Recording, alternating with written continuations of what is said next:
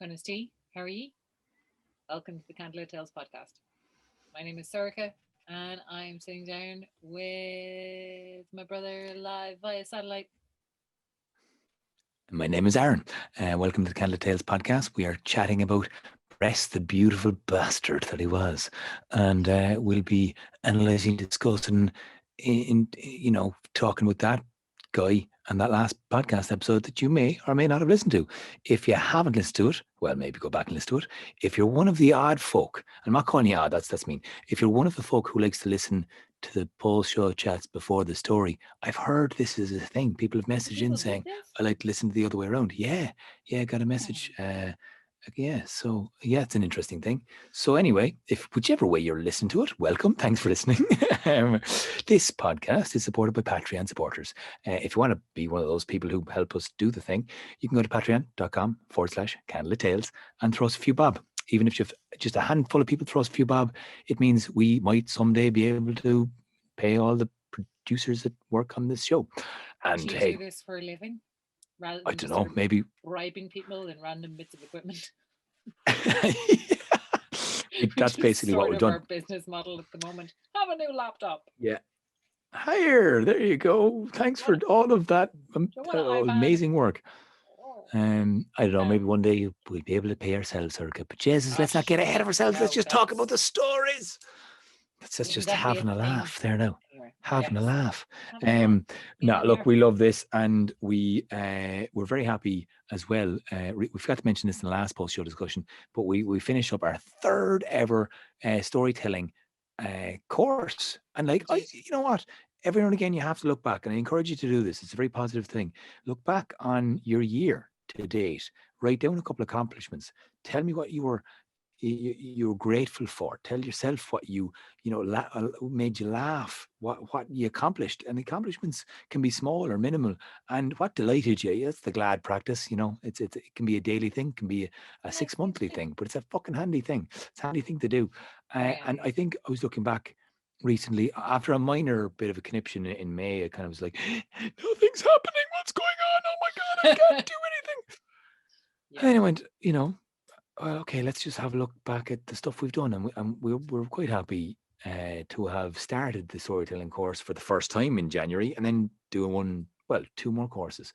They're 6-week courses and we loved it. And like we got such good feedback. We've really enjoyed meeting a whole host of storytellers. We'll hopefully be doing more open mics in real live places where we get to be in the same place physically. So maybe Yeah. that, but We've been maybe not. doing, actually, that's been a really nice thing that I don't think we've talked about it on the podcast, but like from the start with the first group of storytellers that we took through the course, we set up a Zoom open mic night. So basically, everybody Hmm. who's been on the course can come and meet up again and tell stories again and share stories again. And we don't perform at these; we just host them and just chill out and listen to people tell us Irish mythology, and it's really nice. It's And people really come up nice. with It's some so lovely. beautiful stories and some beautiful takes on stories, and we had some amazing ones last night. And like they're just it's a delightful thing, because this has kind of been a thing with Candlelit Tales, is that we don't want to set ourselves up as being the experts or the storytellers or make it seem like you don't have to do a course, you don't even have to do our course, but we do want to like inspire people to, or encourage people to tell the stories that are important to you. These are the Oh no, stories that are fucking important to inspire. us. Inspire is the Uh, fire that lights it. Like we get inspired from people being inspired from these fucking stories. That like I get so inspired by people feeding back, telling me what they thought about a story, how it resonated. That inspires me to tell a different story a different way. It inspires totally. me to see people take what we had, our kind of premise and our way and our approach, and flipping it and coming up with something amazing and clever and cunning. And it inspires me passing on what I know about performance and the skills that I've Mm, accumulated onto people who then just grow massively. And it's just been a joy, and it's definitely been inspiring and motivating and kind of good for the absolutely. heart and good for the soul. So we've had a joyous 3 courses, and we're going to take a break for the summer because, Yeah, well, lots of a lot reasons. going on. There's a lot going on. There's a lot going on. We I haven't won't we even have be the in the time. same country. And also, we So haven't. I mean, things are opening back up, and I think most people are getting a little bit of Zoom fatigue. So we are putting that all on hiatus for a while, but we are not putting it away forever. So if it sounds like mhm, something that any of you are like, oh shit, I missed it, please drop us a line and get in touch, because we already have a little bit of a waiting list for the next course, or people who've expressed interest, and definitely, we will there's a very rate of Americans happily who are like, will add to that, and we will very happily continue doing this. yeah, A bit like we said at the start, a bit like our storytelling nights. We did it for 5 weeks, and we said we'll keep mm-hmm. doing it as long as people keep listening. And it's been Yeah, 6.5 years, and people are still listening. So we're gonna keep doing it. So we'll do the same class. with the storytelling course, as long as people are actually going, oh hey, I'd like to do that, and we get enough numbers, we'll Sure, keep doing it. That's kind of sure. What that's how we have grown this business. I did air quotes. is something? She did air quotes on a podcast. I keep on telling her, unless you're watching the YouTube video on YouTube and you've subscribed, you've hit the little tick icon to be notified for when the videos go up, then you're not going to see Yeah, Sorcha's amazing hand gestures. We might have to like do some more interesting videos for the YouTube channel, but I well, think it's listen, great. I It's don't know, fine. man. You and Um, I both have very busy faces. it's true. Um, We both, there's a lot going on at a given moment. Aaron is currently making his busiest face. Um, this man who learned how okay, to do let's stop. caterpillar dance with his eyebrows when he was about 12 years old. Like we both do a lot with our faces. So like, if It's you because of the mirror in the kitchen. It's because of the mirror in the kitchen. we It's the can't the keep evil it's not evil. It's a mirror normal that mirror. it It has a has no magic evil power over our mother, who has walks past it it, multiple times a day and only stops when she has to comb her hair. If she's she a was a hex. normal person, Like, she's a hex on it. She put the hex on it. I'm pretty sure it was Jesus, her maybe she did hexed actually. us to be vain. Yeah, I tell you, she's not all rosy, not all cream and crackers. Anyway, cover your Um, face with a post-it note so that we can do the podcast, Aaron. By that I honestly, that's mean the main cover your biggest face problem. on Zoom with the post-it note so that we can stop winking at yourself when you do the podcast. I'm not. Well, I can't actually see my face because I did done that Oh already. I yeah, that's blocked it right. out You with the did. camera. You did. You did. Ha! I'm looking at That's you, that's why we're you able to do the vain podcast. bugger. I'm just Because we're concerned laughing. about light at the moment. It's not good, and it's fading fast. So we Don't need to get worry. on with it, because some people might actually watch this on YouTube, and we would like them to subscribe. And in fairness, if you're listening to this podcast, this has been a rambly introduction. Apologies, but we are about to talk about Bres, the previous episode. I mean, I love this story because he is an unapologetic arsehole from basically the start. But You I know, will, man. before I jump into Bres, before I jump into Bres now, before we do, like, we have to call and salute and just praise our ancestors for writing down the greatest chat up line of all time. It's the greatest chat up line of all time. And if you haven't That's tried it, right. go out there now and try it. Things are opening up now, and go on Listen, out there and chat up an old Colleen Bawn. Go up to her and say, "Oh yeah, man, tis a fine day for it's lovemaking, isn't it's Pride Month. it?" It's Pride Month. Go out and chat up Yeah, anybody you fancy. Like, that's right. it's Actually, June. sorry. It's Pride. Like, this is the chat up line. I encourage as many This people as is possible who are into anybody of any color of yeah, the rainbow to try out. It's a fine day for lovemaking, because it's a absolutely. great line, and it's going to be It's summer, great, and and I people have been cooped up for a long time, so I'm pretty sure, be safe, kids. Be basically safe. any time is a good time to be love making. I mean, like, if you haven't any time, yeah, great. Now let's go. Mm. Um, so use it. I hope you use it. I hope it's successful. There's a thing about resonance with words, with vowel sounds. It's the sound of the universe. Yeah, many The, people have said it, so you get your the slang is the a same translation. energy of and I this is don't like this think line it's is, not. although it is a translation, it still links into the universal kind of Aaron just loads power up the that is videos behind it and how many people have said it. And so that it's he can use it's it. really important. I won't. I mean, I'm just saying, it's great. I want to bring it back. Okay. And I encourage you to bring it back. That's all I'm saying. Yeah. From wherever it's been. Try it out in a respectful manner. Like if it's no, like it's still no, walk away. And that's all I say. Obviously, just obviously click should it go out without saying, but it actually doesn't, because the world is a nightmare. So we're saying it. It should, but it can't, unfortunately. Yeah. Turns out you have to say everything. You just have to put everything out there. It's dreadful. Anyway, try out. It's fine day. Dreadful.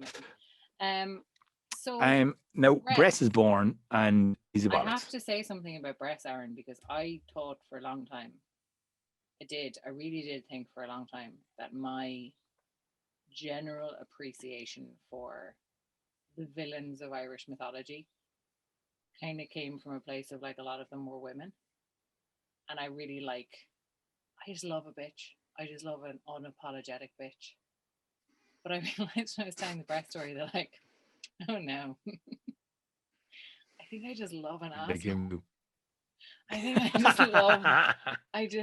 Because like there's a part of me that's like, everyone has one. I get it. People suck, man. You know. And if you're just like, everybody, please, I'm too pretty and important to deal with your bullshit.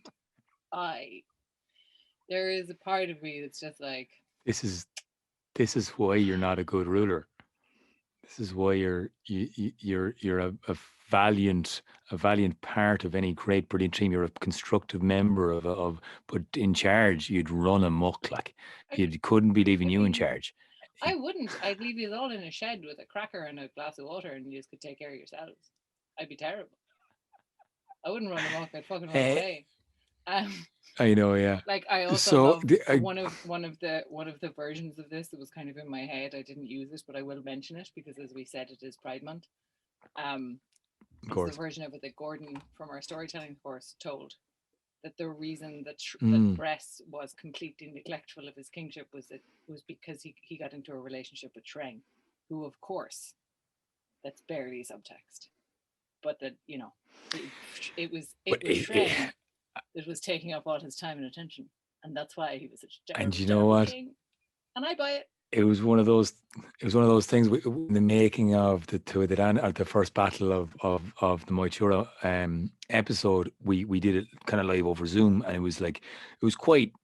I guess you can kind of probably tell it's almost live. It's less scripted than usual. Not that we tend to overly script these podcasts, but it was the over and back.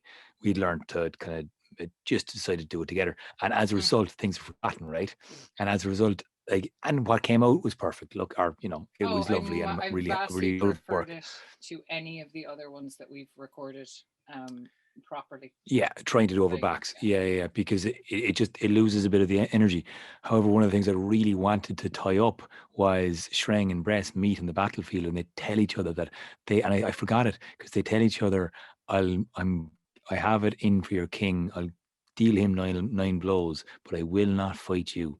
And they both say to each other, they meet before the battle, and the subtext is so loud and clear. And hey, Pride Month, like, come on, there's a great story of two lovers from opposite sides of an army that clearly fall for each other, clearly are just besotted with the difference of their physicality. The one's big and strong, one's agile and slender and lean, and that's definitely a thing.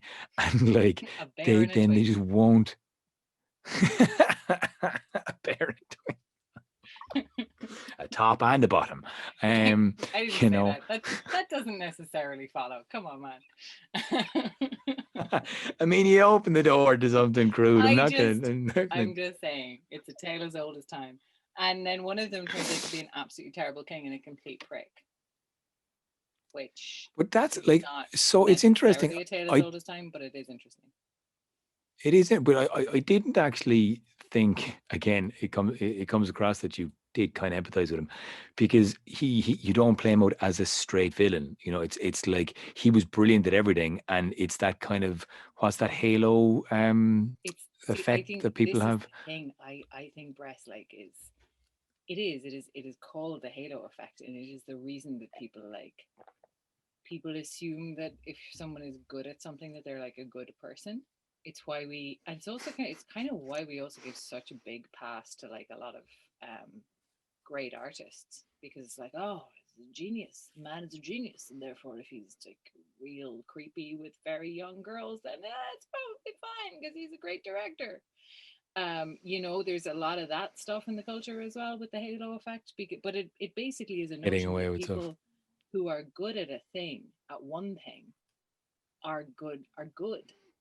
And it also, the way that we treat people who are physically attractive is also like a huge bias in favor of good looking people. And it's not just in the entertainment industry, it's like kind of everywhere. Sure. People who are better looking get treated better. And this Bres is kind of the ultimate example of this. And I think the thing with Bres is that like I don't really believe in human evil, right? Right. I don't. I'm Yeah. not interested in it as a storyteller. If you tell me this character is evil, I'm like, okay, cool, but there's a part of this where what they're doing makes sense to them, right? And like there are evil influences and there are evil deeds, but a person is not evil. And that's just kind of that's a bit philosophical, but like that's kind of my orientation. Like a person can be incredibly traumatized and they can inflict incredible trauma on other people. But like if I'm telling you the story of Bres from the point of view of Bres, I want to tell it from the point of view of Bres, first of all, because if you tell it from a different point of view, he is evil. And like I said, I'm not Yes, interested of in that. course. But if you tell it from his point of view, then the story becomes about finding the logic that Bres is following. Yeah. And the logic that Bres Yeah. is following is the logic of the golden boy who believes his own bullshit. Everything he was always told, yeah. But everything he's been told as well. You've been brought up being told you're brilliant and you're beautiful and you're fantastic and you're great at everything. Sure, okay, cool. I'm great at everything. And then Everybody else is therefore worse. Yeah. Exactly. And he just follows that to its logical conclusion, which is, well, if I'm the best, then you're not the best. And therefore you are not as important as me, and therefore you don't matter. And I think that like to me, I know I like, to me that is the root of evil deeds, is the instrumentalization of other people. Terry Pratchett has it in his Discworld books very beautifully. It's evil begins when you start treating people as things. And I think that Bres does that. He absolutely instrumentalizes the other members of the Tuatha Dé Danann, because he doesn't see them as people, he sees them as what they can do. And he doesn't value them as people. And so he instrumentalizes and exploits the people that he's supposed to be ruling. And that's, is that evil? That's probably a bit evil. It's probably pretty fucking evil. It's a bit evil. It's a bit evil. It's a bit evil. I mean, like it's very ignorant. It's very complacent. The fact that he hands over. I mean, I liked how you kind of washed his hands of the taxes that he puts on the Tuatha Dé Danann by kind of like just sheer ignorance, which I don't necessarily buy. But it's certainly kind of, he doesn't care enough about it to go near it. Yeah, and like that's a massive, like easily a sociopath, not actually a psychopath. Like, he's definitely like, because he clearly has very little empathy and he wants just to be lauded and applauded for being brilliant. And that's kind of what he has decided that life should be. And he deserves everything. And it's that kind of, oh, well, obviously it's justified that I get all of these things because I'm the best. Yeah. And I think that that's one of the things, like we've, as one of the big cognitive biases that really, really messes with the world is the just world hypothesis, that we are inclined to think that the world is a just place and a fair place. And therefore, if something bad happens to you, well, what did you do to deserve it? And if you have spent your whole life with a silver spoon in your mouth and everything has come a little bit easier to you than other people, and you've still worked hard, and you've still put in your time, and you still paid your dues, you are going to come out of that and you are going to live your life thinking, well, I earned this. Yeah. And you are going to ignore the shit out of all of the advantages that were handed to you. Yeah, and that's absolutely. that is not the sign of a bad person. Mm-mm. That is a sign of a person who is living an unexamined life. Yeah. Which is Yeah. most of us. Which is most of us. Like it's very hard to root all of your biases You're because never going to root they're out all of them. biases. Yeah, exactly. They They're are blind ingrained. spots. Yeah, And they're you in. have to. Yeah, they're ingrained in their blind spots, and like it's hard to see a blind spot because it's a blind spot. Yeah, But like yeah. you know, I think there's something, and that's why I think Bres as an evil person is not very interesting. But I think Bres as somebody who is complacent and ignorant and unexamined, to me, is a much more interesting character and a much more real character. And so you have this kind of like, although, and it's a whole talking point, the idea of karma. Again, it can be really badly. You can feel like to this generation of people. Well, they deserve a awful livelihood because whatever reason, or the karmic resolution that is justified and just, as you say. But there is a form of a karmic resolve in this story, at least, because he's such a dickhead, he gets disposed.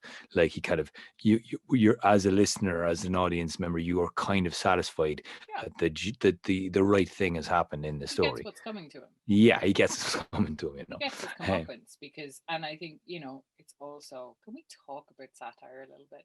Oh, please! Like it's the whole reason that he gets debunked, and it's an amazing tool of, and the poets of our generation are still trying to do it. They're making poets about whatever is going on concurrently in society, and it's more slam poems now, but it used to be not so much. No, hang on. This is all art, though. I think Yeah. this is all of the arts. I think all art that kind of seeks to have some kind of political message is, or can be viewed through the lens of satire. Because, like, satire today, I think we are used to it being kind of like, I don't know, snarky comedians telling you the news, but funny. Like there's a big satire news industry, and there's a big satire kind of industry, I think, in the world today. And I really think the interesting thing about satire in the Irish context as a political tool, this is the first.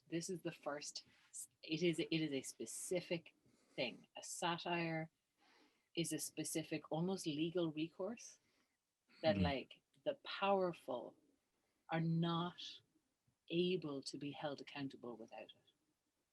And it is a way of removing their status so that they then come down to a level where they can be held accountable. And like, that's what's being done in this. And like, I don't know, I think satire is fascinating. I'd love to, like, it's a kind of a topic that I'd love to explore more in my own research, because there are rules to Irish satire. Really, yeah. Yeah, you cannot go after someone's appearance. Ooh.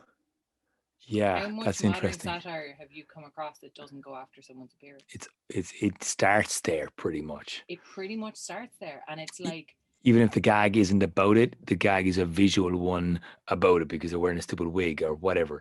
yeah, like you like, there's so much of it, and like, I remember that rule. That rule stuck in my head. I don't remember the other rules. I'll say that right now because I don't remember them. I know there are more. But that rule really stuck in my head because I was like, yeah, because actually it weakens your argument, doesn't it? Because people can't control how they look, but they can control what they do. Yeah. And so actually, if you're going after somebody's looks, you are weakening your argument. You are making your satire less potent. What are you looking at? Sorry, I got distracted by Googling rules of satire. I should have done it beforehand. Don't do it mid-recording podcast. Yeah. If anyone would like to see Aron's research face, head on over to YouTube and subscribe. Sorry, that was very... I mean, I'm not sure if we've actually hit the mark of like getting, whatever number of followers that you can make. I think we might be. We have 1,000 people watching our YouTube videos now. Yay! That's like the mark. That means our videos will be pushed to more people, and hopefully more people will see them and hear them. And I mean, And yeah, like subscribe. them and thumbs up and subscribe, because it's kind of it's a funny way of yeah. I mean, like even taking like the satirist as somebody right now who is usually you'd say they're basically comedians in this day and age. You know, there are a number of slam There's poets that I've come there's across that are satirical very, art.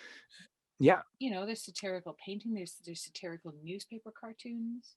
There's satirical writing. Like there's a lot of places for satire. There's But I a do think, fantastic guy on Instagram who's from Dublin, and he just does these. I must get his name. I promise I will put in the description below, because he just does these satirical, takes the piss out of towns and areas and hits it to the like absolute oh, point. he nails it It's to the wall. I've seen his stuff. all It's amazing. hilarious, and but I guess in those contexts, it's making fun for the sake of making fun, and de-escalating snobbery Yeah, and kind of it's not coming at it as targeted at no. anybody. And yet a kind of the satire that's in this is very much a missile that is aimed That's and fired. and that's kind of what I mean. I think the meaning of satire has expanded a lot. Yeah. But in this context, satire is a very specific thing for a very specific job. And it's that you have this highest person in the land, and you can't sue the king because there's no instrument that makes him pay up if you win your case. There's no kind of mechanism for that. So the things that they had in Ireland was the satire and the hunger strike. Those were the two things that you could use. And the hunger strike was you stood outside the rich person's door and you stopped eating. And that is why they have, like, those hunger strikes have recurred in Irish history as forms of protest and are very, very potent ones. Until Yeah. justice is done, until they actually copped to what they'd done to you and paid And, reparation. and I didn't know that was actually in the kind of the culture before, like when I heard about the the fastings in up in Belfast and Yeah, the hunger the strikes, hunger strikes rather. dirty Um protests. Yeah, yeah. No, that's Absolutely, like, that's why they did it that way. That's why they're the yeah, instrument they picked. the handing down of tradition is just like, whoa, that's a And thing. the other thing that was your mechanism for making the more powerful bow to the less powerful was a satire.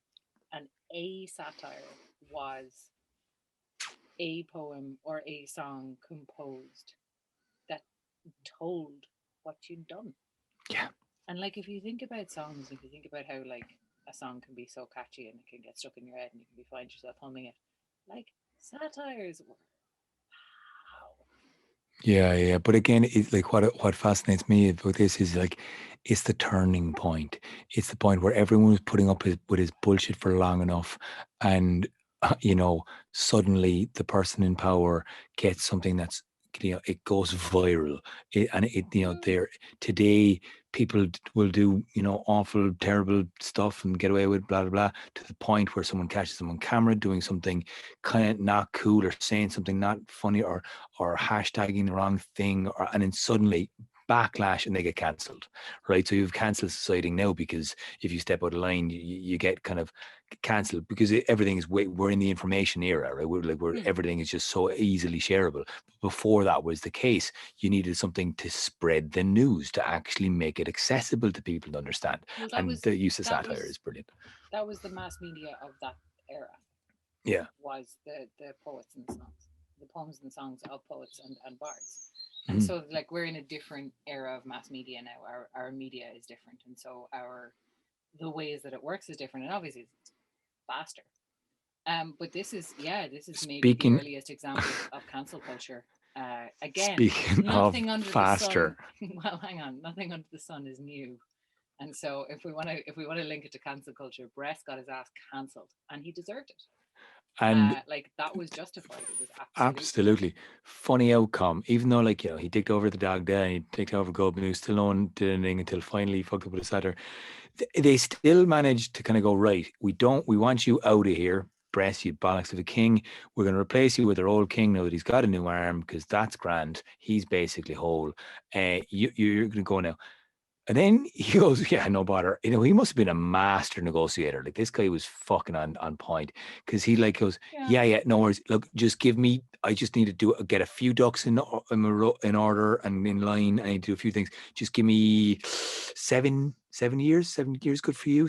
I mean, like, is there any? Like, I have a theory. This is the reason why not can get fucking done in any time at all in this country. We need 7 years to think about everything. I think it'd be great if we actually built that in, because then I think we would get it done in 7 years rather than like never. Not. Yeah. But yeah, I think, but I also think like at this point the two of Danan want to go at the Fomorians. Like I don't think this is Bres being like, okay, you, because they're not in a position of strength. They've been bled by the Fomorians for years. Right. They are weak. They do not have resources. They do not have the population. They do not have the armies. They do not have the training. And like war is expensive. And I think this is a really interesting thing that happens pretty much in all of it, because it happens in the Sons of Mill as well, where like there's a meeting and there's a like, right, and it happens in the first battle of Moitura too, because they have the weapon exchange where they have this like very cordial, like, okay, we're going to have a war, we're going to have this long to prepare, and these are the things that we're going to do. And like it's quite civil, these kind of pre-war negotiations.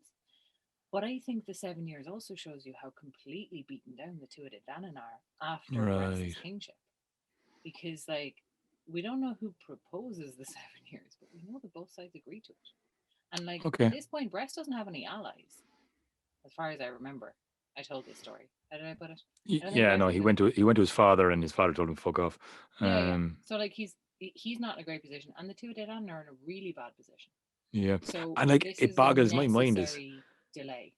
It boggles my mind that there's this like they give away a third of their children like to the Fomorians to as a way of peaceful negotiation. And again, like geographically, I don't quite understand how the Fomorians managed to be this giant kind of opposition when they came from an island the size of, like, you know, the teeny tiny island. They're the Fui Wira.